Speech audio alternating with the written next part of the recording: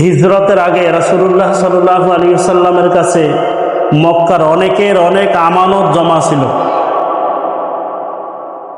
অনেক মুশরিকরা, ইহুদি, নাসারা, মূর্তি পূজক যারা ছিলেন ওই জামানায় রাসূলুল্লাহ সাল্লাল্লাহু আলাইহি ওয়াসাল্লামকে বিশ্বাস করতেন এবং তার কাছে অনেক টাকা পয়সা, স্বর্ণ গহনা জমা রাখতেন আমানত হিসেবে। তো রাসূলুল্লাহ সাল্লাল্লাহু আলাইহি ওয়াসাল্লাম যেদিন হিজরত করবেন ওই দিন রাত্রেবেলা আলী রাদিয়াল্লাহু তাআলা আনহুকে বললেন, ওনাকে একটা লিস্ট দিলেন, এই লোকের আমানত আমার কাছে জমা আছে। আমি হিজরত করার পরে তারা যখন শুনবে যে মুহাম্মদ সাল্লাল্লাহু আলাইহি ওয়াসাল্লাম তিনি হিজরত করেছেন, তখন তারা এই আমানতের খোঁজে আসবে। আপনি আমানতগুলো তাদেরকে পরিপূর্ণভাবে পৌঁছে দিবেন, আমানতের কোনোভাবে যেন খেয়ানত না হয়। আর একটা হইল, রাসূলুল্লাহ সাল্লাল্লাহু আলাইহি ওয়াসাল্লাম তার কাছে আলী রাদিয়াল্লাহু তাআলা অনুমতি চাইলেন যে, নবী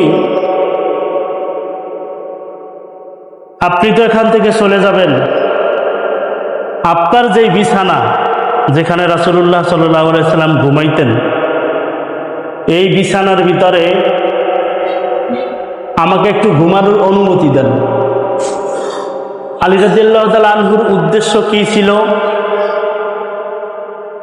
যেমন আমাদের বর্তমান জামানায় একজন নেতা পাইলে তার সাথে একটা সেলফি তুলি, ফেসবুকে পোস্ট করি,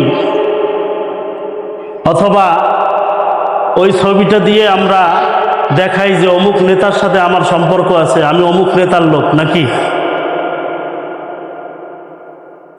আলী রাদিয়াল্লাহু তাআলা আনহু রাসূল সাল্লাল্লাহু আলাইহি ওয়াসাল্লামের বিছানায় ঘুমাবেন, এটার দ্বারা উদ্দেশ্য এইটা নয় যে আলী রাদিয়াল্লাহু তাআলা আনহু বলবে যে আমি রাসূল সাল্লাল্লাহু আলাইহি ওয়াসাল্লামের বিছানায় ঘুমাইছি, আমার র্যাঙ্ক বাইরে গেছে, আমি কি না কি হয়ে গেছি। এইরকম কোনো উদ্দেশ্য তার ছিল না। কি উদ্দেশ্য ছিল?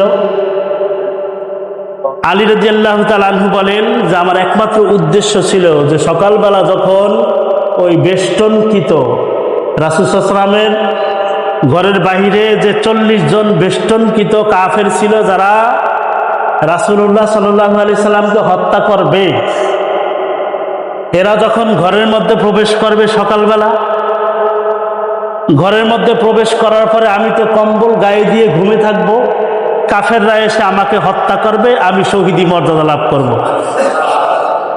সুবহানাল্লাহ, তো আসতে বললেন। আলী রাদিয়াল্লাহু তাআলা আনহুর উদ্দেশ্য কি ছিল? শহীদি মর্যাদা লাভ করা।